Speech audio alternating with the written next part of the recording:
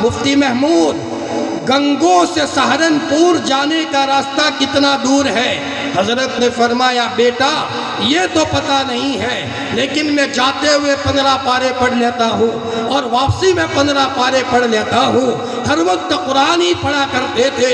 اللہ تعالیٰ نے یہاں تک مفتی صاحب کو پہنچایا، ایک مرتبہ بیمار ہے، دہلی کے ہسپتال میں ہے، اپولو ہاسپٹل میں ہے، مولانا ابراہیم صاحب پانڈوری حضرت کے پڑوس میں ہے، اور رات کو حضرت کہہ رہے ہیں میں کیسے آؤں۔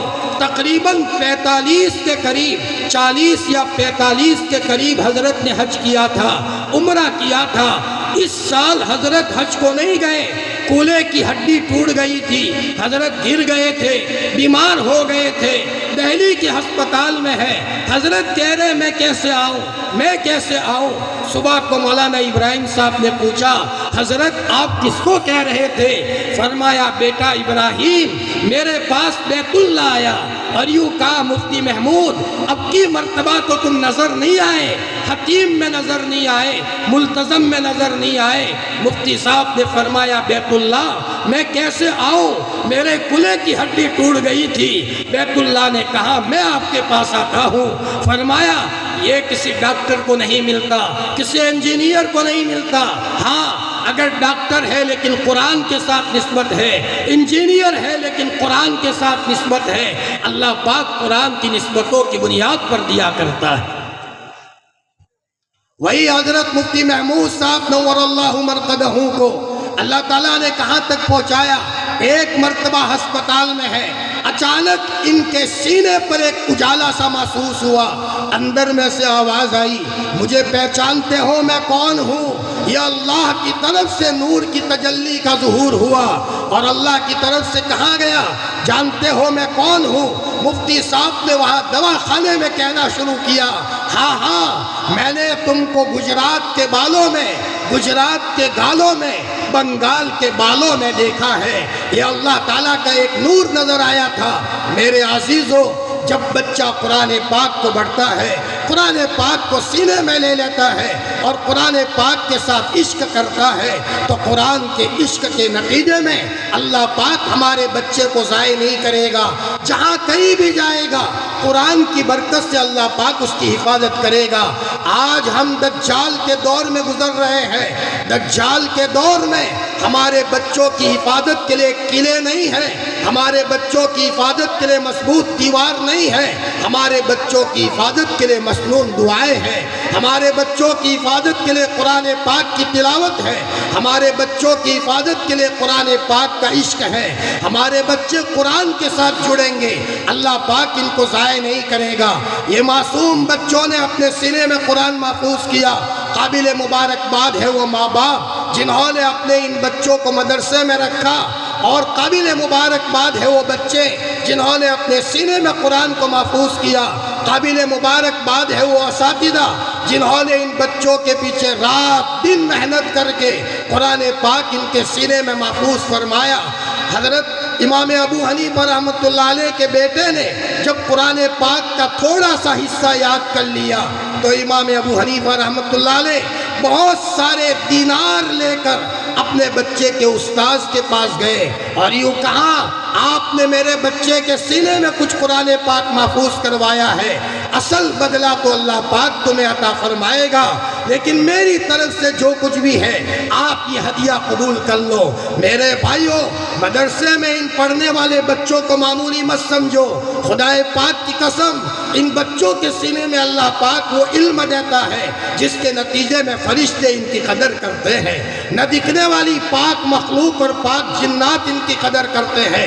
عارف باللہ قاری صدیق صاحب بانوی رحمۃ اللہ علیہ آپ نے نام سنا ہوگا اور بعضوں نے دیکھا ہوگا، مدرسے میں پڑھتے تھے، مدرسے میں پڑھانے کے لیے بیٹھے لنگی پہنے ہوئے رکھتے تھے، سادہ سا لباس ہوتا تھا، حرم میں جاتے تھے تو بھی جھولا ہوتا تھا، ایک لوٹا ہوتا تھا اور مسواک ہوتا تھا۔ ان کی ماں نے اپنے بچے کو مدرسے میں پڑھنے کے لیے بٹھایا، جا بیٹا صدیق تو تیری ماں کی تمنا پوری کر بیٹا، جا تو مدرسے میں جا۔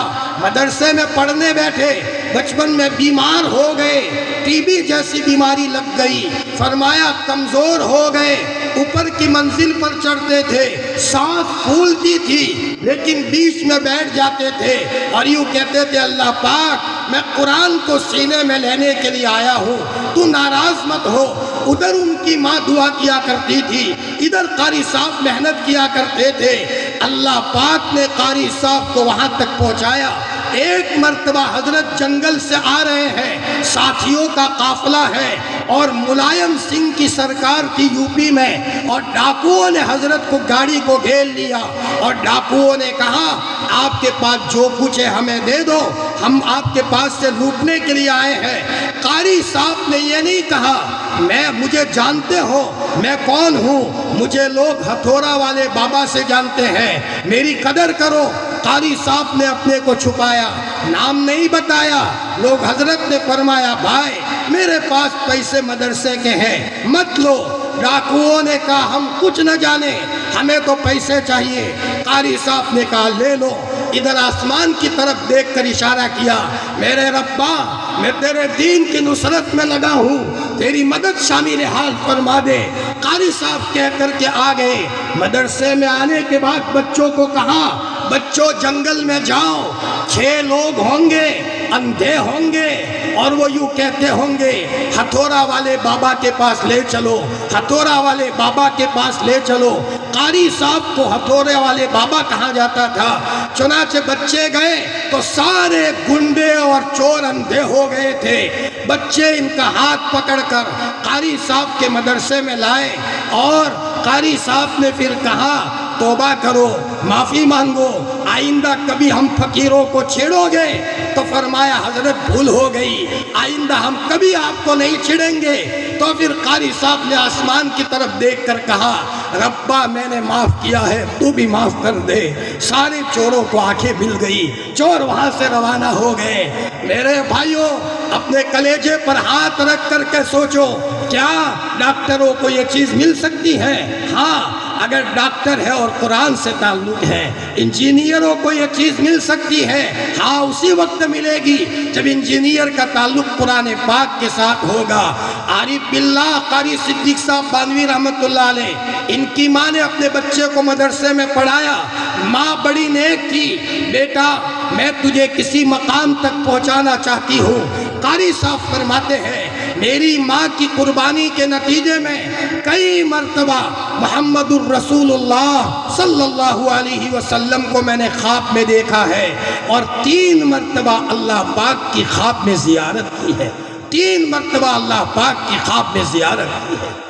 مجھے آپ سے کچھ بات کہنی ہے، میں صرف تقریر کرنے کے لیے نہیں آیا، مجھے آپ کو کچھ سبق بھی دینا ہے۔ اللہ کرے کہ وہ سبق لے کر کے آپ جائیں، اس لیے کہ آج جو بھی بھائی ملتا ہے نراشا ہے، حالات میں ٹوٹا ہوا ہے۔